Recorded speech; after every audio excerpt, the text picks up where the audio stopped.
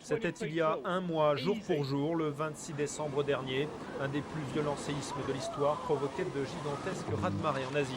Le dernier bilan fait état de 280 000 morts, des hommes, des femmes et des enfants emportés par les vagues. La vague est arrivée donc, miraculeusement pour nous dans notre dos, ce qui fait qu'elle a été entièrement absorbée par la petite colline qu'il y avait derrière nous. Et le village a été entièrement rasé et l'hôtel à côté également.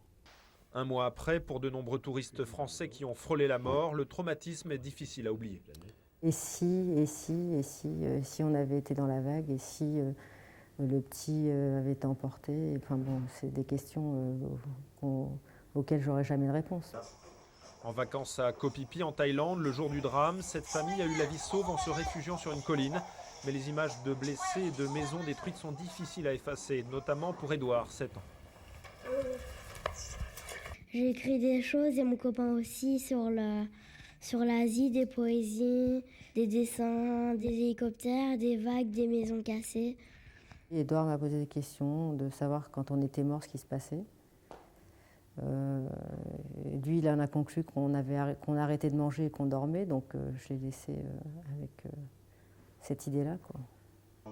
En parler, se consacrer au travail, cette famille n'a pas de solution miracle pour évacuer ces terribles souvenirs.